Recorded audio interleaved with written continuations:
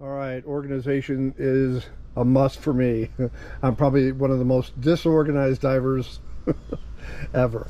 But I put all my GoPros in here, starting at the 11 mini, the 11s, the 10s, the 9s, the 8s, and I got some of the 7s. I even got those sand dusk ones. Put my housings in here. Olympus camera. I got my media mounts, and then I put my backscatter housings in there. All kinds of fun stuff in all these. I got more housings, more GoPro stuff.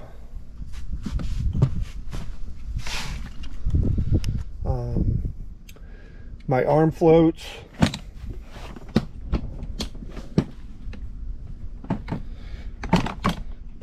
More housings and more lights.